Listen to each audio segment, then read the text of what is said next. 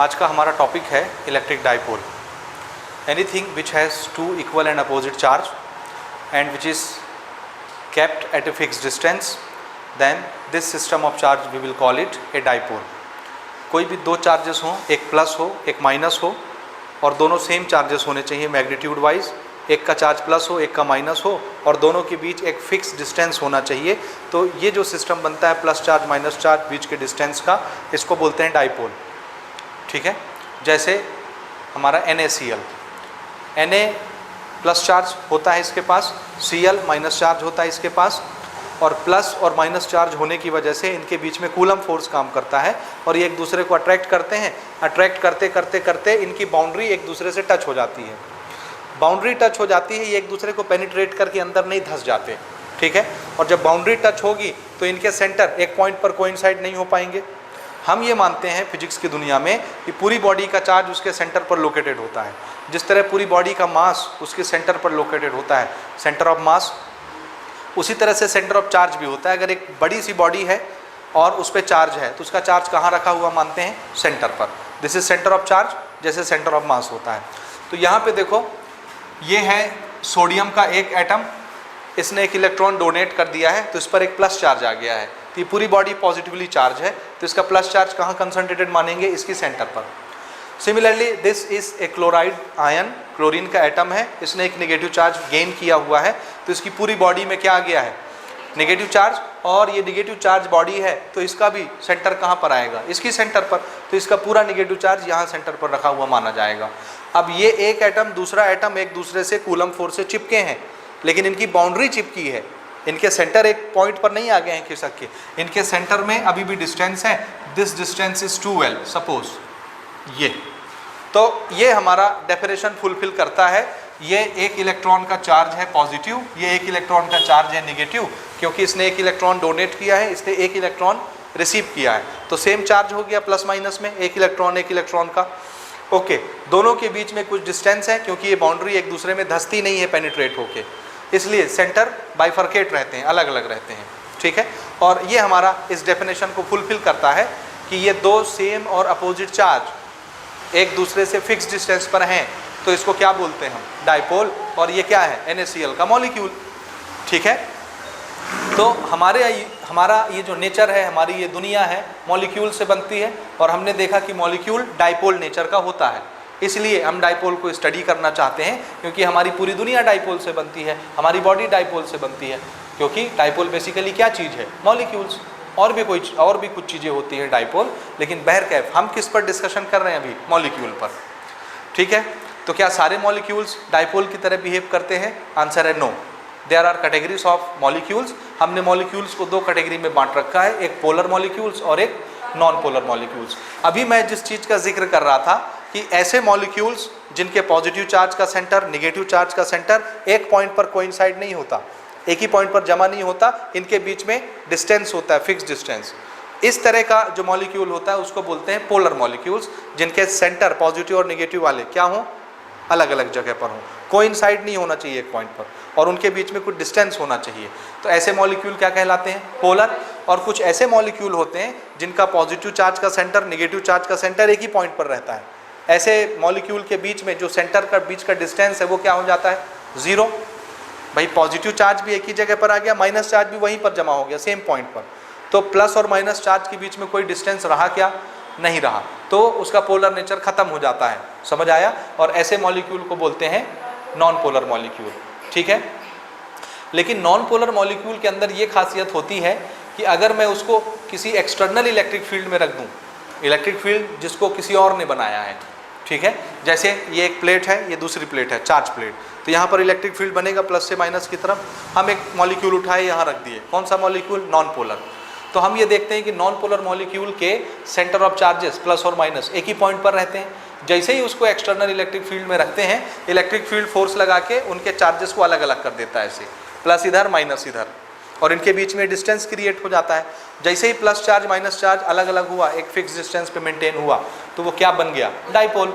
तो वो भी डाइपोल की तरह बिहेव करने लगता है। So molecules are of two types. Number 1 polar molecules, जिसके प्लस और माइनस चार्ज के सेंटर बिना किसी इलेक्ट्रिक फील्ड अप्लाई किए पहले से ही अलग अलग रहते हैं, उनके बीच में एक फिक्स डिस्टेंस पहले से रहता है without application of external electric field, और वो बिना किसी इलेक्ट्रिक फील्ड के डाइपोल ही रहते हैं बाई नेचर। समझ आया? और कुछ ऐसे मॉलिक्यूल होते हैं जो बाई नेचर डाइपोल नहीं रहते, लेकिन जब उनको एक्सटर्नल इलेक्ट्रिक फील्ड में रख दो तो उनके प्लस और माइनस चार्ज का सेंटर अलग अलग हो जाता है, उनके बीच में डिस्टेंस आ जाता है। ये कौन करता है? एक्सटर्नल इलेक्ट्रिक फील्ड, और ये डाइपोल की तरह बिहेव करने लगते हैं जब तक उस इलेक्ट्रिक फील्ड में वो रहेंगे। जैसे ही उस इलेक्ट्रिक फील्ड से उनको निकालते हैं, वापस से उनके सेंटर एक पॉइंट पर कोइंसाइड हो जाते हैं और वापस से वो नॉन पोलर मॉलिक्यूल बन जाते हैं, डाइपोल नेचर उनका खत्म हो जाता है। समझ आया? तो ये दो टाइप के मॉलिक्यूल हैं, यहाँ हमने उनका डेफिनेशन भी दिया है, इसको आप नोट कर सकते हैं पढ़ के। ओके, एक तो आपने NaCl का समझ लिया, एक वाटर के मॉलिक्यूल का समझिए। दो water has covalent bonding but it shows it's polar nature. How it shows it's polar nature? Because जब भी आप इसका कोवैलेंट बॉन्ड देखोगे कि कैसे बनता है, तो आप ये देखोगे कि जो लोन पेयर है ये इसको एक्चुअल में ऐसी बॉन्डिंग होनी चाहिए, एक हाइड्रोजन उधर एक हाइड्रोजन इधर और बीच में ऑक्सीजन, 180 डिग्री का एंगल बीच में बनना चाहिए। लेकिन चूंकि ऑक्सीजन पर ये डबल बॉन्डिंग होती है ना, मैं सिंगल यहाँ पे यूज़ कर रहा हूँ, नो ये सिंगल बॉन्डिंग है यहाँ पे। ओके, इस पर लोन चार्ज, लोन पेयर होता है। कितने? दो इसने खर्च कर दिए बॉन्ड बनाने में, और इसके पास रहते कितने हैं? ऑक्सीजन के पास 6 होते हैं ना, कितने होते हैं लोन पेयर? हाँ, तो दो तो इसने बॉन्ड बनाने में इलेक्ट्रॉन खर्च कर दिए, एक इलेक्ट्रॉन यहाँ रख दिया, एक इलेक्ट्रॉन यहाँ रख दिया। इसकी देखो ये 2 इलेक्ट्रॉन ले सकता है, इसकी टेंडेंसी कितनी है? वैलेंसी 2, ठीक है, 2 ले सकता है। अब कितने 2 ले सकता है, यानी कमी 2 की रही होगी, तो आउटर मोस्ट ऑर्बिट में कितने होते हैं? 6 में से एक इलेक्ट्रॉन हाइड्रोजन के सामने रख दिया, एक इलेक्ट्रॉन हाइड्रोजन के सामने रख दिया, 2 इलेक्ट्रॉन रख करके तो उसने बॉन्ड बना लिया हाइड्रोजन के साथ। अब कितने बाकी रह गए? 4 इलेक्ट्रॉन, यानी 2 लोन पेयर। 2 लोन पेयर, इसका मतलब है ये जो बॉन्ड बने हैं, ऑक्सीजन के पास 2 लोन पेयर है, तो ये बॉन्ड को ज़्यादा रिपल्स करता है, ज़्यादा दबाता है, तो ये ऐसे हो जाता है, हाइड्रोजन नीचे आ गए, जबकि इसका शेप कैसा होना चाहिए? ऐसा। अगर इसके पास लोन पेयर नहीं होता तब, ठीक है। ये सब केमिकल बॉन्डिंग क्लास 11th का टॉपिक है, बड़ा इंटरेस्टिंग है। तो ये लोन पेयर होने की वजह से इसका शेप ऐसे बन जाता है, समझ आया? और ये दोनों बॉन्ड के बीच का एंगल हो जाता है कितना होता है ये एंगल? ये होता है 105 डिग्री। कितना होता है? 105, ठीक है जी, याद रहेगा वाटर के लिए। अदरवाइज ये कितना रहता लोन पेयर नहीं होता तो? बोलिए, लोन पेयर नहीं होता तो 180 डिग्री होता। लोन पेयर की वजह से ये रिपल होकर के 105 डिग्री पे आ जाते हैं। ओके, हम ये बात कर रहे थे कि वाटर तो कोवैलेंट कंपाउंड है, ये कैसे पोलर हो जाता है? तो आंसर ये ऐसे पोलर हो जाता है कि जब आप हाइड्रोजन दोनों पर पॉजिटिव चार्ज हैं, ठीक है, और जब आप ये देखोगे अब पॉजिटिव चार्ज कैसे आते हैं, ये क्वेश्चन केमिस्ट्री का है ना, इसके इलेक्ट्रॉन ऐसे घूमते रहते हैं, क्लाउड होता है, जब इलेक्ट्रॉन यहाँ पहुँचते हैं तो इसको खींच लेते हैं यहाँ के इलेक्ट्रॉन, तो स्लाइटली पॉजिटिव चार्ज आ जाता है, स्लाइटली निगेटिव चार्ज आ जाता है, ठीक है। ओके, तो इस पर पॉजिटिव, इस पर पॉजिटिव, ये एक बॉडी बन गई हाइड्रोजन की। अगर आप इसको एक बॉडी इमेजिन करोगे तो इसका सेंटर कहाँ पर आएगा? यहाँ, ठीक है। और हम हर बॉडी का टोटल चार्ज कहाँ मानते हैं? उसके सेंटर पर। तो ये दोनों पॉजिटिव चार्ज यहाँ पर आ गए, ये इसके सेंटर पर, ठीक है। ये निगेटिव चार्ज इस बॉडी पर है, इसका सेंटर यहीं पर होगा क्योंकि ये कंप्लीट सिंगल बॉडी है, तो इसके निगेटिव चार्ज का सेंटर यही है। और there is a distance between positive charge and negative charge. This is -2q and this is +2q। दो तो चार्ज है, डबल डबल, समझ में आया? और इनके बीच में एक डिस्टेंस क्रिएट हो जाता है। देखिए same charge 2q plus minus, और इनके बीच का एक डिस्टेंस 2l। सो ये हमारी डेफिनेशन को फुलफिल करता है, equal and opposite charges separated by a fix distance. तो ये भी क्या हो गया? डाइपोल। भले ये कोवैलेंट बॉन्ड बनाता है लेकिन फिर भी ये क्या है? डाइपोल। तो ऐसे जो कंपाउंड होते हैं NaCl, H2O, वो सब क्या कहलाते हैं? पोलर। बिना किसी इलेक्ट्रिक फील्ड लगाए वो अपने आप बाइफरकेट रहते हैं, प्लस और माइनस चार्जेस, और डाइपोल की तरह बिहेव करते रहते हैं, ठीक है। कुछ दूसरे तरह के कंपाउंड हैं जिनको हम बोलते हैं नॉन पोलर कंपाउंड या मॉलिक्यूल, नॉन पोलर मॉलिक्यूल। वो अपने आप में डाइपोल नहीं होते खुद से, जब उन पर एक्सटर्नल इलेक्ट्रिक फील्ड अप्लाई किया जाता है, किसी इलेक्ट्रिक फील्ड में उनको रखते हैं, तब उनका प्लस और माइनस अलग अलग हो जाता है। पहले वो प्लस माइनस कैसे रहते हैं? एक ही जगह पर। जैसे कार्बन डाइऑक्साइड देखिए, यहाँ भी डबल बॉन्डिंग होती है ना, मैं सिंगल बॉन्ड लगा के आपको समझा रहा हूँ। ओके, देखिए दिस इज कार्बन और कार्बन पर प्लस चार्ज है, ठीक है, 2 प्लस चार्ज, तो कार्बन का मटेरियल तो यहीं पर है, तो इसका सेंटर भी यहीं पर आएगा, तो दोनों प्लस चार्ज का सेंटर कहाँ आया, यहाँ पर, ये आया plus charge. Okay, this is oxygen negative charge, oxygen negative charge. सिर्फ आप इन दोनों ऑक्सीजन को जोड़ करके एक बॉडी इमेजिन कीजिए, इसका सेंटर कहाँ पर आएगा, इसी के यहीं पर आएगा बीच में, तो इसी पॉइंट पर जहाँ पर प्लस चार्ज आता है वहीं पर माइनस चार्ज भी आ जाता है। तो प्लस चार्ज और माइनस चार्ज एक ही पॉइंट पर लोकेट हो गए, कोई डिस्टेंस नहीं इनके बीच, डिस्टेंस खत्म, इसलिए ये डाइपोल है कि नहीं, आंसर है नहीं है, क्योंकि इनके प्लस और माइनस चार्ज का सेंटर एक ही पॉइंट पर होता है। समझ आया ये? तो ऐसे मॉलिक्यूल क्या कहलाते हैं, नॉन पोलर मॉलिक्यूल। अब इनको मैं एक्सटर्नल इलेक्ट्रिक फील्ड में रखता हूँ। देखो सपोज ये कोई इलेक्ट्रिक फील्ड है जो किसी चार्ज ने बनाया होगा, प्लस ने बनाया होगा, माइनस की तरफ ये जा रहे होंगे, ठीक है, ये, और इसमें उठा करके हम इसको ऐसे रख देते हैं, ठीक है। जैसे ही उठा करके हम रखते हैं तो ध्यान से देखना, this is carbon, this is oxygen, this is oxygen, ठीक है, समझे? ये इसका लोकेशन है और ये इसका लोकेशन है, दिस इज माइनस चार्ज ये, और दिस इज माइनस चार्ज ये इसके सेंटर पर, और इसका प्लस कहाँ है, यहीं पर, ये प्लस, ठीक है, ये दिखा, सेम मैंने यही कंडीशन बनाया है अभी, ठीक है।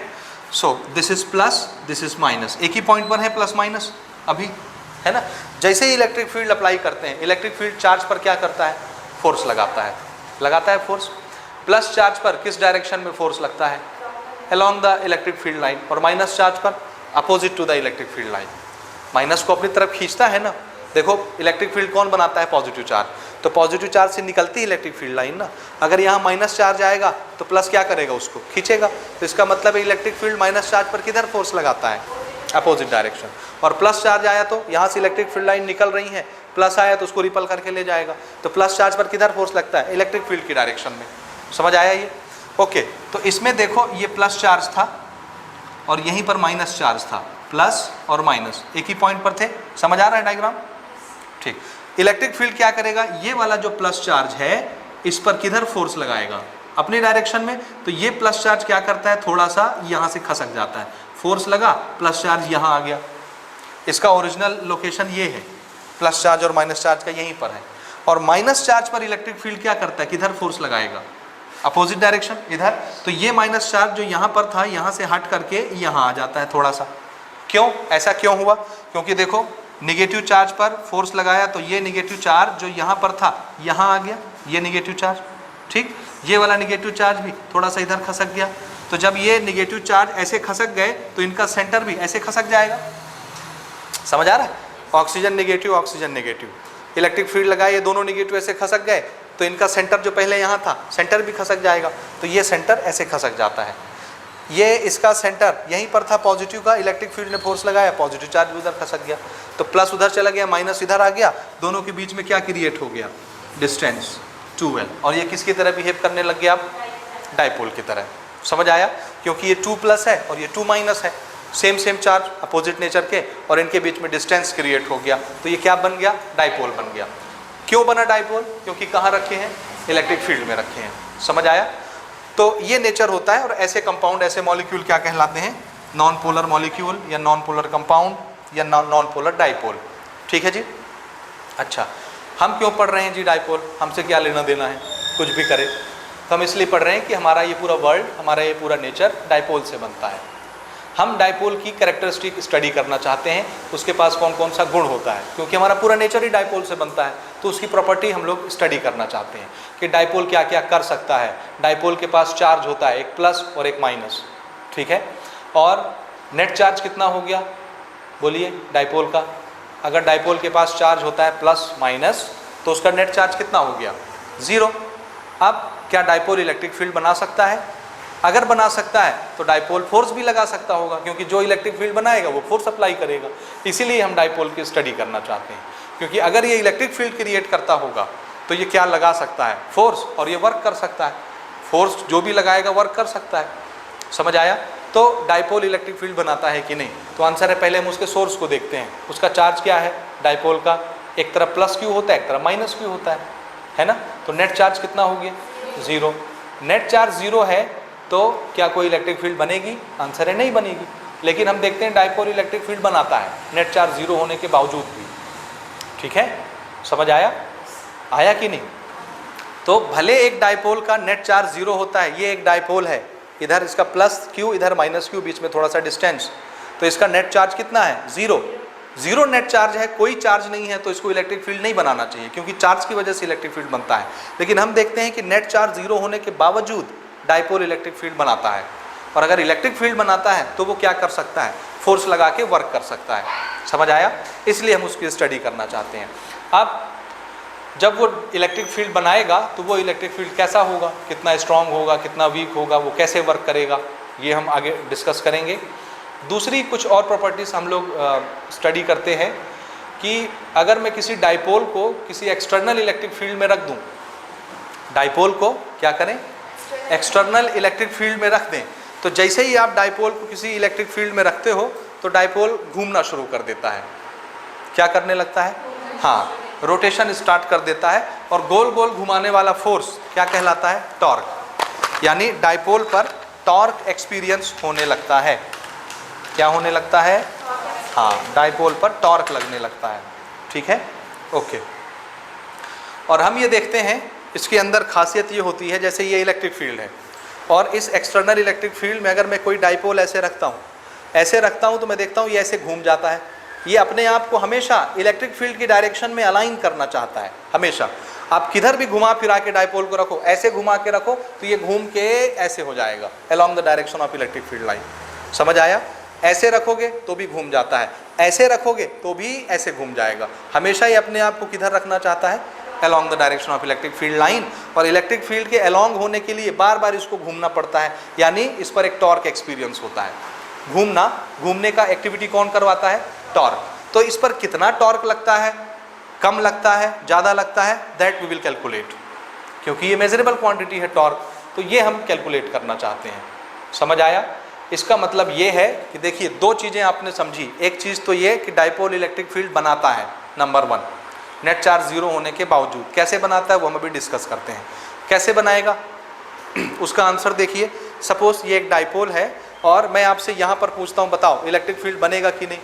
तो आपको लगता है कि इसका नेट चार्ज 0 है तो इसको इलेक्ट्रिक फील्ड नहीं बनाना चाहिए, है ना, लेकिन उसके बावजूद ये इलेक्ट्रिक फील्ड बनाता है। This is plus Q, this is minus Q. यहाँ पर एक मैंने पॉइंट रखा, मैंने बोला यहाँ पे इलेक्ट्रिक फील्ड बताओ, तो ये बनाएगा कि नहीं, आंसर है बनाएगा, क्योंकि हमारे पास इलेक्ट्रिक फील्ड निकालने का फॉर्मूला काहे का है, कूलम्स का। कूलम्स लॉ पॉइंट चार्ज के लिए काम करता है। इस प्लस क्यू की वजह से यहाँ पर इलेक्ट्रिक फील्ड, ये डिस्टेंस देखो दिखा, और इस माइनस क्यू की वजह से यहाँ पर इलेक्ट्रिक फील्ड, ये वाला डिस्टेंस देखो, ये वाला डिस्टेंस देखो, क्या दोनों डिस्टेंस सेम है कि अलग अलग है। और इलेक्ट्रिक फील्ड किस पर डिपेंड करता है, 1/r, Q/r होता है इलेक्ट्रिक फील्ड के फॉर्मूले में। तो r अगर बड़ा छोटा हो गया तो इलेक्ट्रिक फील्ड भी बड़ी छोटी हो गई कि नहीं। तो अगर इलेक्ट्रिक फील्ड कम ज़्यादा हो गया तो नेट इलेक्ट्रिक फील्ड आएगा या नहीं, उस जगह पर आएगा, इसलिए ये इलेक्ट्रिक फील्ड बनाता है। समझ आया। दूसरी चीज़, अगर मैं यहाँ पर पॉइंट ले लूँ जिससे आपको ये लगे कि यहाँ से यहाँ तक का डिस्टेंस और यहाँ से यहाँ तक का डिस्टेंस सेम है, बिल्कुल बीचों बीच, तो ये वाला डिस्टेंस और ये वाला डिस्टेंस क्या है, सेम, दोनों का r बराबर है, तो दोनों का इलेक्ट्रिक फील्ड कैसा होगा, इक्वल, अपोजिट, कैंसल, 0, नो, क्योंकि इलेक्ट्रिक फील्ड वेक्टर क्वांटिटी होती है तो ये इलेक्ट्रिक फील्ड ऐसे बनाएगा इस डायरेक्शन में, और ये इलेक्ट्रिक फील्ड ऐसे बनाएगा इस डायरेक्शन में। दोनों की डायरेक्शन देखो अलग अलग है, भले r सेम है लेकिन इलेक्ट्रिक फील्ड की डायरेक्शन अलग अलग है और वो वेक्टर क्वांटिटी है, तो हम उसका क्या निकालेंगे, रिजल्टेंट, वेक्टर के नियम से, और वो नेट इलेक्ट्रिक फील्ड देगा। तो चाहे r अलग अलग हो या r सेम हो, नेट इलेक्ट्रिक फील्ड बनाता है ये। समझ आया ये या नहीं आया। हाँ, इसलिए इसको हम स्टडी करना चाहते हैं। और दूसरी चीज़ मैंने आपको बताया, ये एक्सटर्नल इलेक्ट्रिक फील्ड में रखने से घूमने लगता है, तो इस पर कितना टॉर्क एक्सपीरियंस होता है ये हम निकालना चाहते हैं। ठीक है, तो दोनों खूबी समझ में आ गई डाइपोल की क्या होती है। ओके, NaCl डाइपोल की तरह बिहेव करता है, वाटर का मॉलिक्यूल डाइपोल की तरह बिहेव करता है, और मैंने आपको बताया कि हर डाइपोल इलेक्ट्रिक फील्ड बनाता है। तो NaCl इलेक्ट्रिक फील्ड बनाता होगा कि नहीं, बनाता है, लेकिन हमारे टेबल में रखा हुआ कॉमन सॉल्ट इलेक्ट्रिक फील्ड नहीं बनाता, नहीं तो चीज़ें उसकी तरफ खींचने लग जाती, चार्ज उसकी तरफ आने लग जाते। समझ आया कि नहीं आया। एक तरफ हम बात कर रहे हैं कि NaCl इलेक्ट्रिक फील्ड बनाता है, डाइपोल इलेक्ट्रिक फील्ड बनाता है। और एक तरफ हम अपने किचन में देखते हैं कि ढेर सारा नमक रखा है लेकिन वो इलेक्ट्रिक फील्ड नहीं बनाता, क्यों? तो इसका आंसर ये है कि देखो हम जिसकी बात कर रहे हैं वो क्या है, सिंगल मॉलिक्यूल, और उसमें कितने सारे मॉलिक्यूल हैं टेबल में, लाखों करोड़ों। हर एक मॉलिक्यूल इलेक्ट्रिक फील्ड बना रहा है, हर एक डाइपोल इलेक्ट्रिक फील्ड बना रहा है, एक एक मॉलिक्यूल डाइपोल की तरह बिहेव कर रहा है और एक एक डाइपोल इलेक्ट्रिक फील्ड बना रहा है। एक ने बनाया इलेक्ट्रिक फील्ड ऐसा इस डायरेक्शन में और एक ने बनाया इस डायरेक्शन में, दोनों का इलेक्ट्रिक फील्ड क्या हुआ, कैंसल। एक ने बनाया इधर, दूसरे ने बनाया इधर, तो दोनों का इलेक्ट्रिक फील्ड क्या हो गया, कैंसल। इस तरह करके लाखों पार्टिकल्स इलेक्ट्रिक फील्ड बनाते हैं और उनका रिजल्टेंट क्या हो जाता है, कैंसल। समझ आया? इसलिए एक ढेर का जो ढेर लगा है नमक का, उसकी वजह से इलेक्ट्रिक फील्ड हमको नहीं दिखता। समझ आया? लेकिन अगर हम एक पार्टिकल को सिंगल आउट कर लें तो उसका इलेक्ट्रिक फील्ड हमको महसूस होता है, क्योंकि वो बनाता है इलेक्ट्रिक फील्ड। ये रीज़न समझ में आया? प्रैक्टिकली नहीं दिखता क्योंकि उसका ओवरऑल इफेक्ट कैंसिल हो जाता है। ठीक बात? ओके। अब हम ये बात कर रहे हैं कि एक डाइपोल इलेक्ट्रिक फील्ड बना सकता है, तो कौन सा डाइपोल कम इलेक्ट्रिक फील्ड बनाएगा, कौन सा ज़्यादा बनाएगा, कौन सा बहुत ज़्यादा बनाएगा। ठीक है। दूसरी चीज़, एक्सटर्नल इलेक्ट्रिक फील्ड में रखने से इस पर टॉर्क लगता है, तो कब कम टॉर्क लगेगा, कब ज़्यादा टॉर्क लगेगा, कब इसकी ताकत ज़्यादा होगी, कब इसकी ताकत कम होगी, क्योंकि डाइपोल टॉर्क बनाता है, टॉर्क एक्सपीरियंस करता है, इलेक्ट्रिक फील्ड बनाता है। तो कब कम बनाएगा, कब ज़्यादा बनाएगा, कब हम बोलेंगे ये ज़्यादा ताकतवर है, ज़्यादा इफेक्टिव है, ज़्यादा टॉर्क बनाएगा, कब हम बोलेंगे ये ज़्यादा ताकतवर है, ज़्यादा इलेक्ट्रिक फील्ड बनाएगा, ज़्यादा फोर्स लगाएगा किसी पर। ठीक है।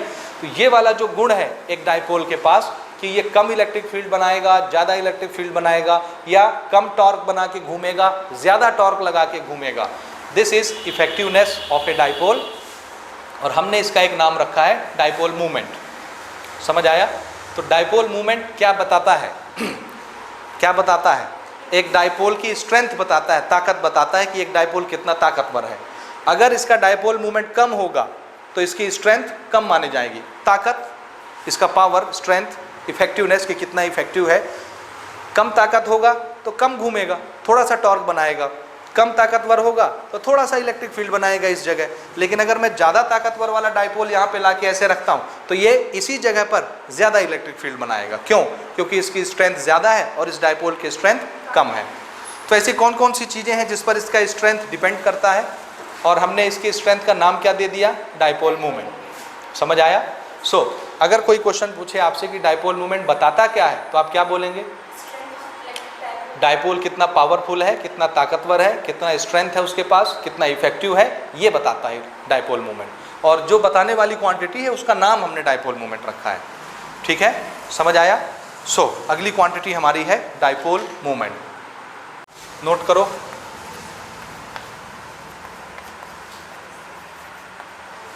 The strength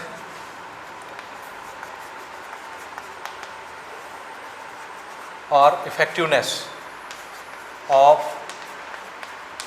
a dipole is given by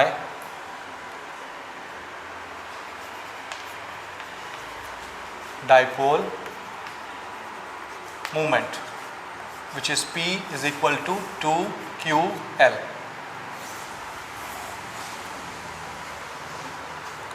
ठीक है? What is given by dipole moment? Strength of a dipole, how a dipole is powerful. ठीक है, एक डाइपोल कितना पावरफुल है, कितना उसके पास स्ट्रेंथ है, कितना ज़्यादा इलेक्ट्रिक फील्ड बनाएगा, कितना कम बनाएगा, कितना ज़्यादा टॉर्क क्रिएट करेगा, कितना कम टॉर्क क्रिएट करेगा, ये उसका ताकत बताने वाला काम कौन करता है? डाइपोल मूवमेंट करता है। ठीक। अब मूवमेंट शब्द क्लास 11th का एक छोटा सा टॉपिक है, रोटेशनल मोशन चैप्टर 7 का। मूवमेंट किसको बोलते हैं? ठीक है, इसको समझिए, मूवमेंट किसको बोलते हैं। ठीक, देखिए, suppose this is a dipole. ठीक है, यहाँ पर एक चार्ज है, यहाँ पर एक चार्ज है। समझ आया? ठीक है, ओके। अगर मैं इसको फोर्स लगा के घुमाऊँ, घुमाने वाला फोर्स क्या कहलाता है? टॉर्क। तो यहाँ पर एक फोर्स ऐसा लगा और ये वाला टुकड़ा देखो किधर उठ रहा है, ऊपर। इसका मतलब इधर फोर्स कैसा लगता है? ऐसा। तो एक एंड में फोर्स की डायरेक्शन ये और दूसरे एंड में फोर्स की डायरेक्शन ये, तब ये ऐसे घूमता है। समझ आया? और ये है इसका पॉइंट ऑफ रोटेशन, जिसको फलक्रम बोलते हैं हिंदी में, पॉइंट ऑफ रोटेशन। ये पॉइंट नहीं घूमता, बाकी सारे पॉइंट घूमते हैं। ये रोटेशनल मोशन पढ़े हैं आप? नहीं पढ़े, ठीक है। तो एक फोर्स किधर लगा, इधर इस एंड में, और एक फोर्स, हाँ सेम फोर्स की क्वांटिटी होती है एक बराबर, जितना यहाँ फोर्स लग रहा है उतना यहाँ। जैसे आप लोग अपने साइकिल की हैंडल नहीं मोड़ते, तो एक हैंडल को ऐसे मोड़ने के लिए इधर फोर्स किधर लगता है, सामने, और ये वाले में किधर फोर्स लगता है, अंदर पीछे की तरफ। लेकिन दोनों फोर्स कैसे होते हैं, सेम मैग्नीट्यूड के, एक लगता है आगे की डायरेक्शन में, एक लगता है पीछे की डायरेक्शन में, और जहाँ आपका एक्सल लगा होता है वहाँ से हैंडल ऐसे मुड़ जाती है। समझ आया, बीच वाला ये होता है पॉइंट ऑफ रोटेशन, ठीक है। पॉइंट ऑफ रोटेशन से ये वाला जो डिस्टेंस होता है, दिस इज डिस्टेंस r, समझ आया। ये डिस्टेंस कौन सा है, from point of rotation r। तो इस डिस्टेंस से अगर हम किसी क्वांटिटी को मल्टीप्लाई कर दें, कौन से डिस्टेंस से, this is the distance from point of rotation, किसी भी क्वांटिटी को मल्टीप्लाई करो वो मूवमेंट बन जाता है। क्या बोलते हैं उसको, उसका हमने मूवमेंट ले लिया, मूवमेंट, मूवमेंट नहीं मूवमेंट, मोमेंट, ठीक है।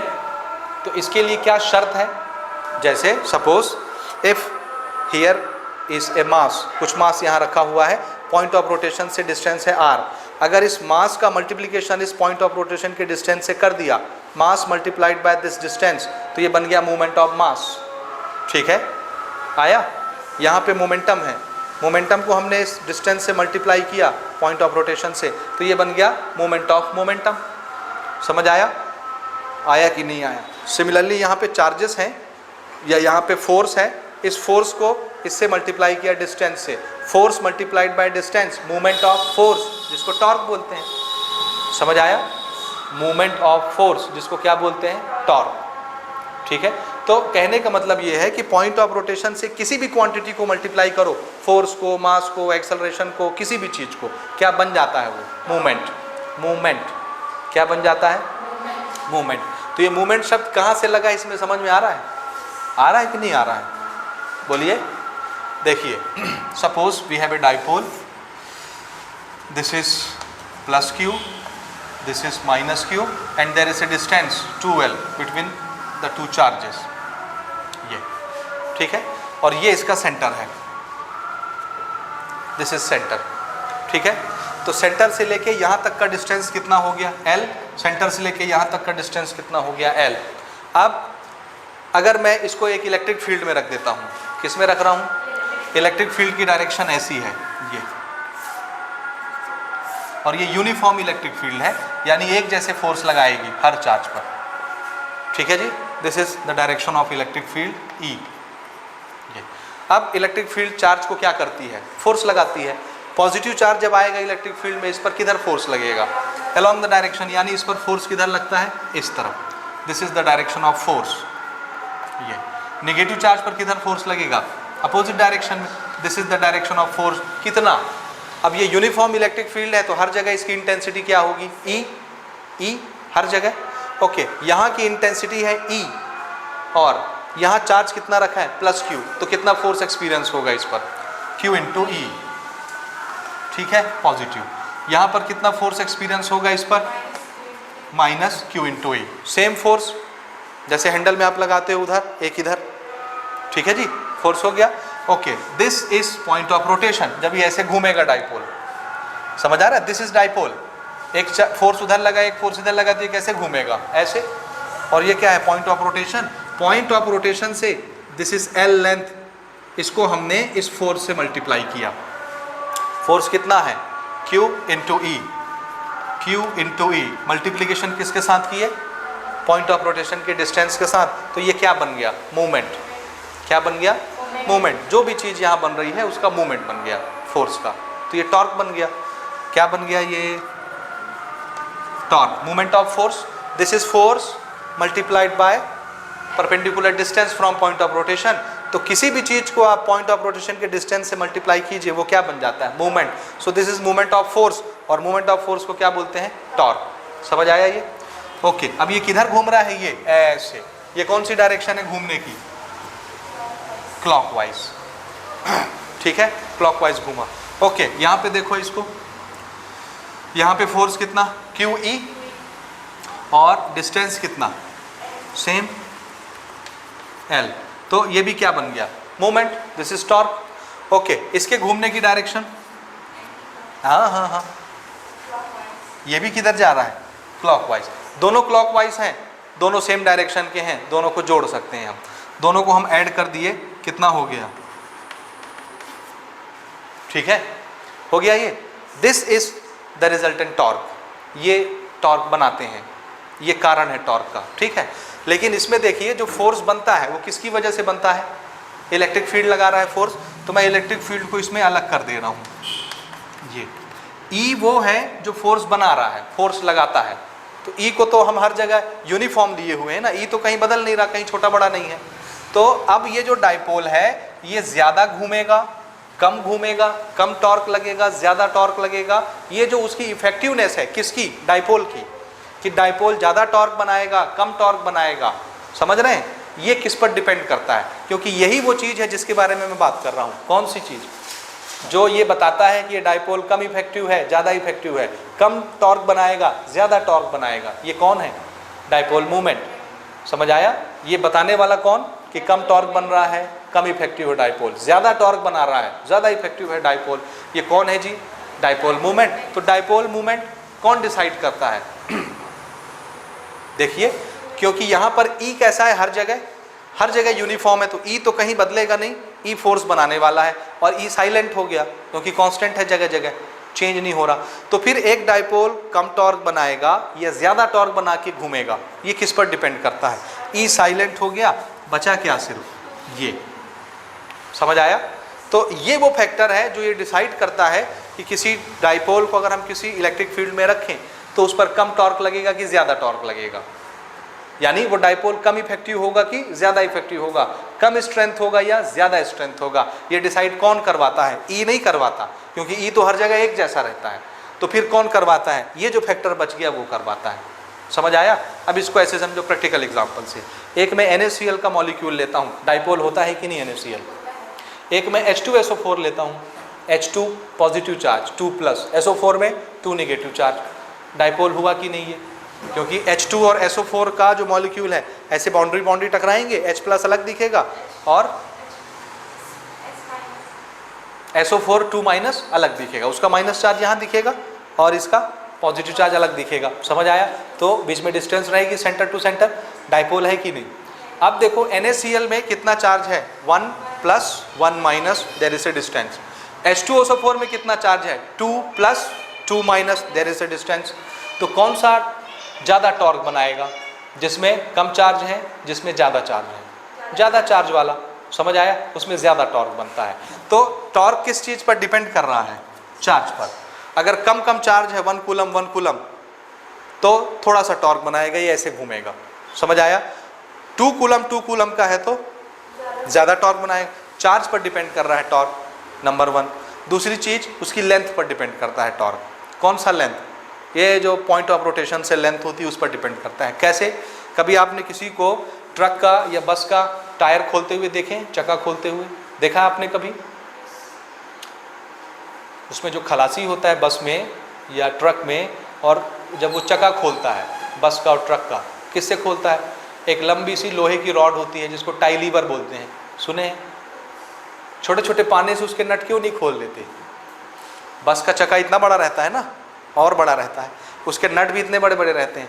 अगर मैं आपको इतना बड़ा पाना दूं उसको खोलने के लिए, तो आप इतने बड़े पाने से उसको खोलते रह जाएंगे, आप 10 साल वहीं बैठे रह जाएंगे, खुलेगा नहीं।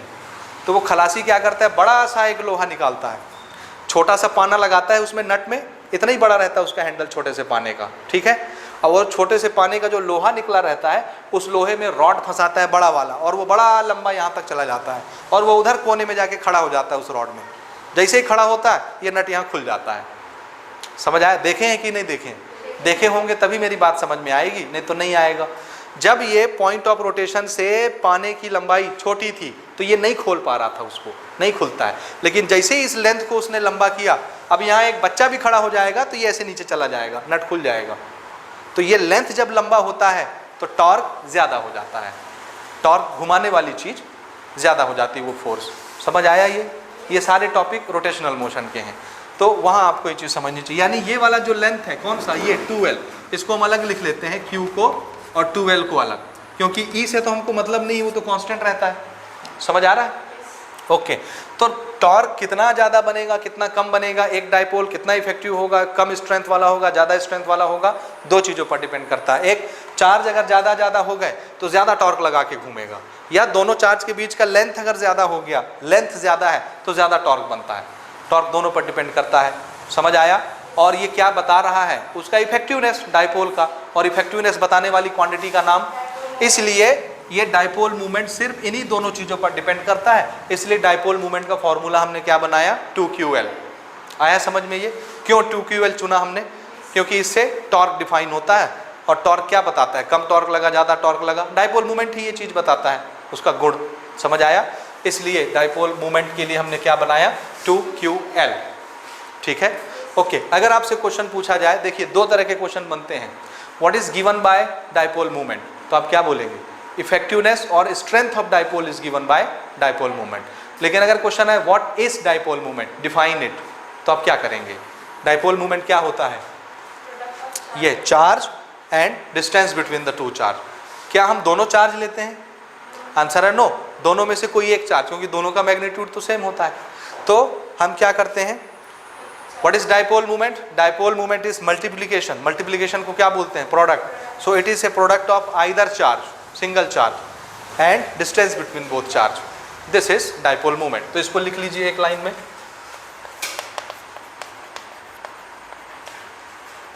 डाइपोल मूवमेंट, इसको P से रिप्रेजेंट करना है आपको।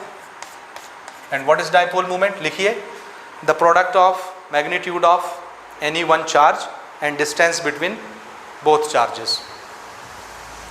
The product of magnitude of any one charge, the product of magnitude of either charge or any one charge and distance between both the charges is known as dipole moment. ये किसका answer हो गया, what is dipole moment। और अगर ये question आता है what is given by dipole moment, तो the effectiveness or strength of a dipole is given by dipole moment. Okay, what is the magnitude of dipole moment,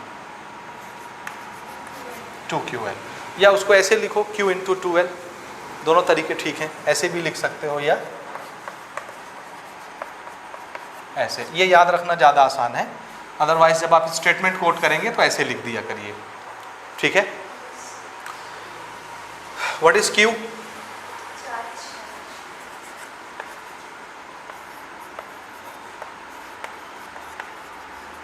magnitude of any one charge. What is 2L? 2L, distance between charges। ठीक है, okay. अब ये नई quantity है हमारे लिए, कोई भी नई क्वांटिटी जब फिजिक्स में आती है तो हम उसको डिफाइन करते हैं, ठीक है। हाँ, कैसे डिफाइन करते हैं, डेफिनेशन तो हो गया। डाइपोल मोमेंट स्केलर क्वांटिटी होती है कि वेक्टर क्वांटिटी होती है, तो आंसर है स्केलर क्वांटिटी होती है। क्यों, क्योंकि ये लेंथ पर डिपेंड करती है, लेंथ पर। चार्ज तो स्केलर क्वांटिटी है, इन्हीं दोनों चीज़ों पर डाइपोल मोमेंट डिपेंड कर रही है ना, समझ आया। चार्ज तो स्केलर है, लेकिन ये क्या है, वेक्टर। लेंथ वेक्टर क्वांटिटी होती है क्योंकि लेंथ के पास डायरेक्शन होता है, समझ आया। इसलिए डाइपोल मोमेंट भी कैसी क्वांटिटी होती है, बोलिए, वेक्टर क्वांटिटी, क्योंकि वो एक वेक्टर क्वांटिटी पर ही डिपेंड कर रही है। तो नोट कीजिए, dipole moment is a vector quantity. अब अगर ये वेक्टर क्वांटिटी है तो इसकी डायरेक्शन कहाँ होगी, तो याद रखिए इसकी डायरेक्शन हम लोगों ने बनाया है माइनस चार्ज से प्लस चार्ज की तरफ, ठीक है। तो मैंने जो डाइपोल बनाया है उसमें डाइपोल की डायरेक्शन किधर होगी, माइनस क्यू से प्लस क्यू की तरफ, यानी कौन सा, this is minus Q, this is plus Q, so this is the direction of dipole movement, this is vector quantity. अब वेक्टर क्वांटिटी है तो यहाँ आप एरो लगा लो, लेंथ भी वेक्टर क्वांटिटी होता है, ये यहाँ पे ऐसे इसका एक्चुअल नोटेशन बना लीजिए, ठीक है, आ गया समझ में। हाँ, डायरेक्शन कहाँ से कहाँ होता है, माइनस से प्लस की तरफ, माइनस चार्ज से प्लस चार्ज की तरफ। जैसे आपका नंबर लाइन कैसा बना होता है, इधर निगेटिव और उधर पॉजिटिव, हमेशा हम किधर चलते हैं, निगेटिव से पॉजिटिव की तरफ। तो बस नंबर लाइन याद रखिएगा, ठीक है, नोट करिए। Direction of dipole moment is along the line from negative to positive charge, ठीक है, माइनस चार्ज से प्लस चार्ज की तरफ। और अब से as a tradition, as a custom, जब भी डाइपोल बनाएंगे हमेशा ऐसे बनाएंगे, ये हमेशा माइनस क्यू को पहले लिखेंगे और प्लस क्यू को बाद में लिखेंगे, क्योंकि ऐसे ही हमारी नंबर लाइन होती है, इधर माइनस उधर प्लस, और ये वाला डायरेक्शन डाइपोल मोमेंट का डायरेक्शन होगा माइनस से प्लस की तरफ, ये, ठीक है। ऐसे डाइपोल को हमको बनाना है and there is a distance 2L, ठीक है। Okay, one more thing, what is the unit, क्योंकि ये भी पूछता है ऐसा, यूनिट ऑफ डाइपोल मोमेंट बताइए। What is dipole moment? Charge multiplied by length. What is the unit of charge? Coulomb. So coulomb, centimetre नहीं समझना ना, ठीक, ओके। फिर लेंथ, लेंथ का क्या होता है? मीटर। तो मैं इसको पूरा लिख देता हूं,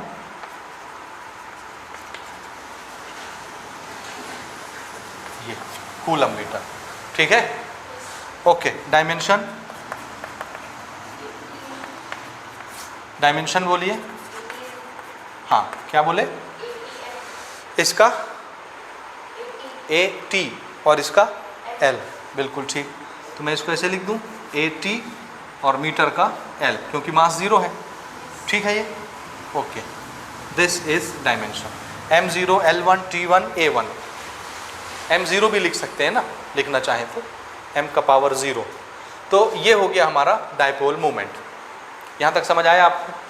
तो अभी तक हमने क्या डिस्कस किया?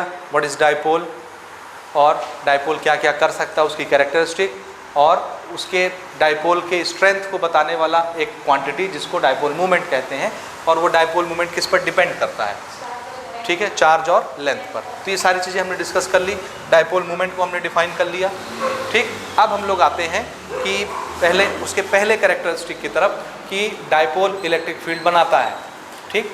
तो कितना इलेक्ट्रिक फील्ड बनाता है? जब भी डाइपोल से बनने वाले इलेक्ट्रिक फील्ड को हम लोग लोकेट करेंगे, तो कहाँ कहाँ पर लोकेट करेंगे, उसके लिए हमने कुछ नॉमेनक्लेचर दे रखे हैं, नाम रखा है हमने पोजीशन का। डाइपोल से जब भी इलेक्ट्रिक फील्ड निकाली जाएगी, जिस जगह पर आप इलेक्ट्रिक फील्ड निकालोगे उस जगह का कुछ नाम हमने रखा है। तो हम लोग 2-3 क्लियर कट नॉमेनक्लेचर देते हैं अलग अलग लोकेशन को, और वहीं पर हमको इलेक्ट्रिक फील्ड निकालना होता है, और वो नॉमेनक्लेचर आप अच्छे से समझ लीजिए, ठीक। जैसे suppose this is a dipole, ये, ठीक है, this is minus Q, this is plus Q, and the distance is 2L, ये हो गया।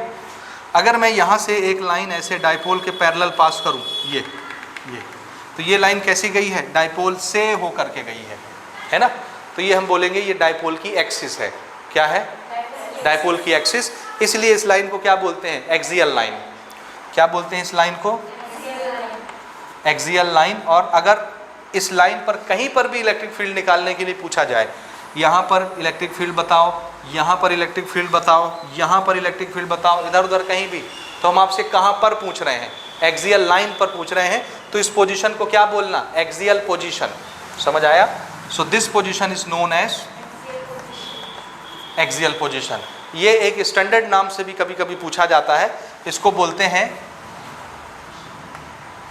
एंड साइड या एंड ऑन पोजीशन। क्या बोलते हैं? एंड ऑन पोजीशन, या एंड साइड भी बोलते हैं ना इसको। ये बिठा दूं इधर में, एंड साइड पोजीशन या एंड ऑन पोजीशन, ठीक है जी, याद रहेगा। एक तीसरा नोमेनक्लेचर भी इसके लिए हम यूज करते हैं, we will simply use tan A, tangent A। इस पोजीशन के लिए नाम क्या? एक्सियल लाइन के लिए टेंजेंट A, tan A लिखा रहेगा। तो अगर बाय द वे क्वेश्चन आ गया, मान लीजिए सपोज आपके एग्जाम में, कि find out the electric field at tan A position, और वो डाइपोल बाइपोल यूज़ नहीं करेगा, सिर्फ क्या बोलेगा? tan A। तो आपको याद करना है कि tan A कहाँ पढ़े थे, किसका पोजीशन होता है? डाइपोल का ये वाला एक्सिस वाला पोजीशन होता है।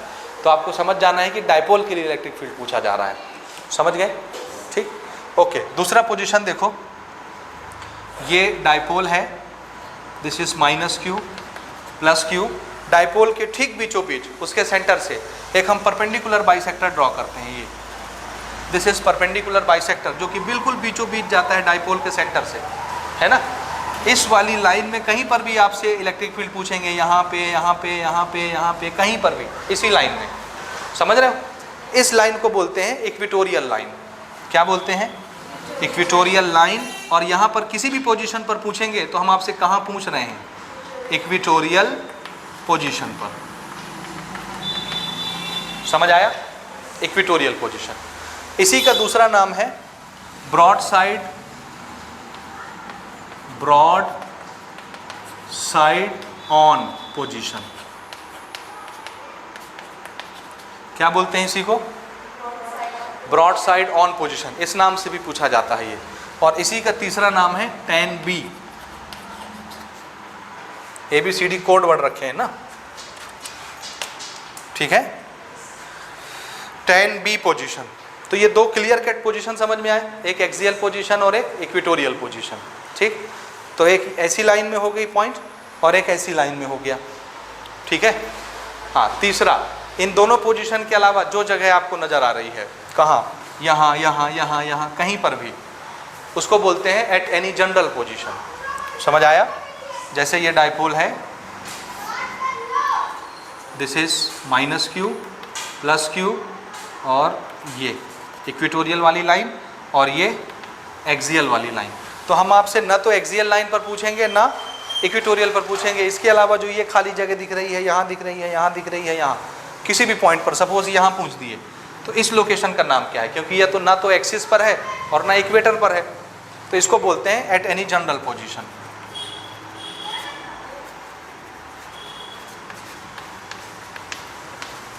At any general position. तो ये तीन लोकेशन पर हमको डाइपोल की वजह से इलेक्ट्रिक फील्ड कैलकुलेट करना है, ठीक। ये नोट करें और उसके बाद इसको हम स्टार्ट करते हैं।